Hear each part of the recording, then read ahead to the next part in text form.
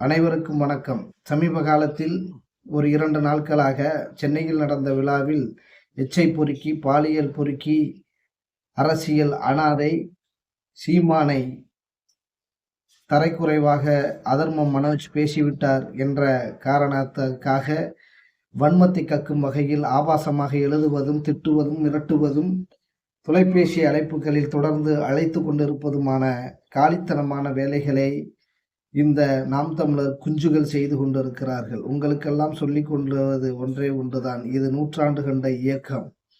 கருப்பு சட்டைக்காரன் இது போன்ற சல்லித்தனமான வேலைகளுக்கு அச்சப்பட மாட்டான். பாம்புகளுக்கும் பள்ளிகளுக்கும் நடுவில், கூச்சலுக்கும் குழப்பங்களுக்கும் நடுவில் உலகமே எதிர்த்து வந்து நின்றாலும் எங்கள் கொள்கை ஒன்றே வென்றாக வேண்டும் என்று களமாடியவர்கள் கருப்பு சட்டைக்காரர்கள், தந்தை பெரியாரின் வாரிசுகள்.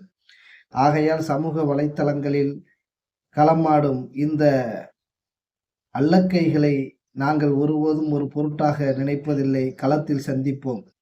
அதர்ம மனோஜை தொட்டு பாருங்கள், அப்பொழுது தெரியும் இந்த கருப்பு சட்டை எப்படிப்பட்ட படை என்று. இறந்து அரை நூற்றாண்டு கண்ட பின்பும் தந்தை பெரியார் உங்களை மிரட்டுவது தன் கொள்கை வலிமையால். ஒரு கருப்பு சட்டைக்காரனை கண்டு ஒட்டுமொத்த நாம் தமிழர் கட்சிக்காரனும் கதறுவது தந்தை பெரியார் கொடுத்த கொள்கை வலிமையால். நீங்கள் எங்கள் மீது எரிந்த மலத்தைத்தான் திரும்ப உங்கள் மீது எரிகிறமே ஒழிய நாங்கள் முதலில் மலமறிந்தவர்கள் அல்ல.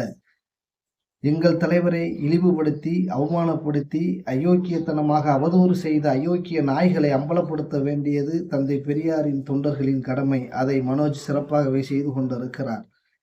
உங்களுக்கு தைரியம் இருந்தால், மானம், வெக்கம், ரோசம், சூடு சொரணை இருந்தால் களத்தில் சந்திப்போம்.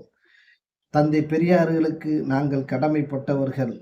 தந்தை பெரியாரின் உழைப்பால் இன்று மனிதனாக இருக்கிறோம். இல்லை என்றால் பார்ப்பானுக்கு வைப்பாட்டி மகனாக, விபச்சாரி மகனாக, மனு தர்மத்தின்படி இன்னும் தேவடியா மக்களாகத்தான் இருந்திருப்போம். மானமும் அறிவும் தந்தை பெரியாரால் பெற்றோம். அந்த நன்றி உணர்ச்சியால் பெரியாரை எவன் தொட்டாலும் அவனை விட மாட்டோம். களத்தில் சந்திப்போம். நன்றி, வணக்கம். வாழ்க பெரியார்.